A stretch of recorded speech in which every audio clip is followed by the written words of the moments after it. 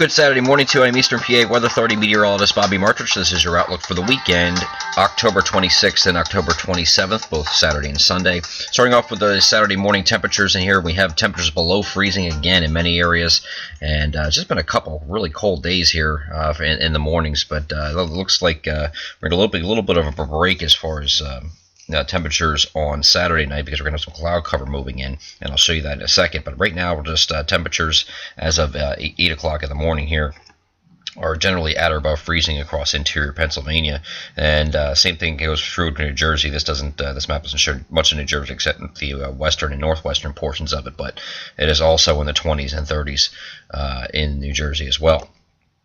Hey, what's going on today? We're going to look at the visible, actually this is the water vapor imagery, and we're going to take a look. You see this big featured here diving down here in the northern plains here.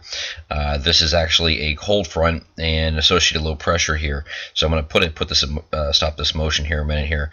You have a very strong low pressure that's sitting straight up here, and here's your cold front that's digging down into the plain. So this is another shot of cold air that's trying to dive south here. But this is relatively weak as far as precipitation goes. As this moves down in our area, the cold front is going to come through tonight, but as it does, I think it's going to be a mostly dry front, and all your precipitation is going to stay up here across New England, and we're not going to get into our coverage area whatsoever, other than a few clouds move in.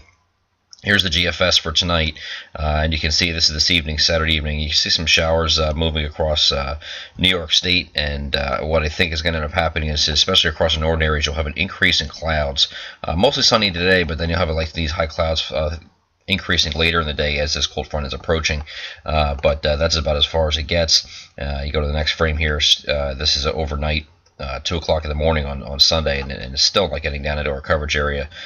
In fact, whatever clouds that came through with the cold front that's now sitting up here is going to be starting to break up and move out. So then you get to your day on Sunday, and you have nothing but clear skies.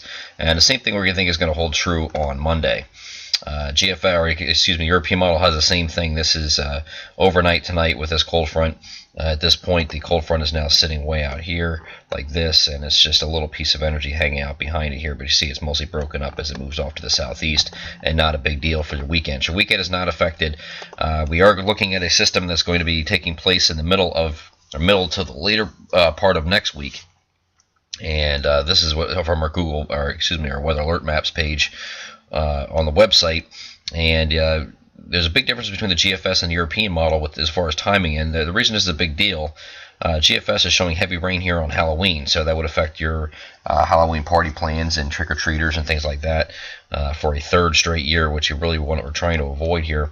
The European model, though, is much slower and has this system coming in just as a regular cold front Friday night into very early Saturday morning, which I think is probably the better solution, but I don't want to latch on to one idea yet. I really think it's going to be okay for Halloween, but I don't want to commit to that just yet, because the reason I'm saying that is they're starting to see the signs of the GFS starting to do that. This is the latest run of the GFS now. This is the 6Z GFS, and this is for Thursday afternoon.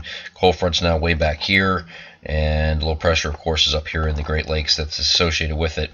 But you can see in our area, really nothing much going on here on Thursday now. Before the same time frame, as you look in the previous frame, you see there's nothing here now, but here it had heavy rain on the previous run. So it's starting to make a change where it's slowing down a little bit and coming a little bit closer alignment to what the European model has. But the European model is still a good 18 hours or so apart from the GFS timing. Here's Thursday on the GFS, absolutely nothing.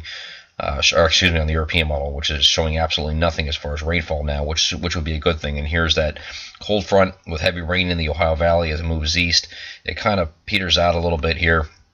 Here's Friday night as a cold front comes through into very early Saturday. Here's Saturday morning at 8 o'clock. And then Saturday afternoon, maybe some lingering stuff here, but this is just a cold front moving through and not a big deal now on the European model. So we'll take a look at this as we get closer, but I'm kind of leaning against the idea that it rains on Halloween, or at least it disrupts the trick-or-treaters and parties that day. And that's this isn't a big deal either way, but we're just concerned because of the holiday. And some people have some plans. Of course, the kids in the trick-or-treating would be, and getting them wet would be not a good thing either. So that's the only reason we're concerned about it all, but we'll update it as we get closer. I am Eastern PA Weather Authority meteorologist Bobby Martrich. This is your outlook for the weekend, October 26th and October 27th, 2013. Have a great one.